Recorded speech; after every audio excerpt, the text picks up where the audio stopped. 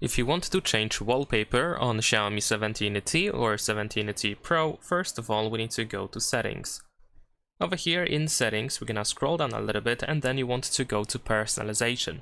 Over here you should be able to simply scroll down in order to find a bunch of different wallpapers that you can use on your phone.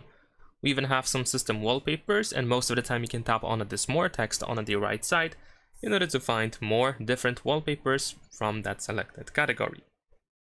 So let's say I'm just gonna go back and I'm gonna apply maybe this wallpaper over here.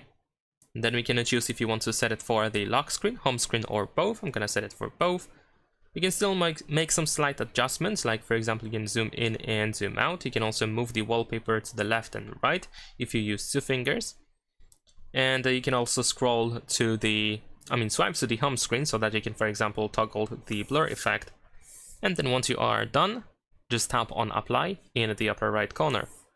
And that is pretty much it. Leave a like and subscribe.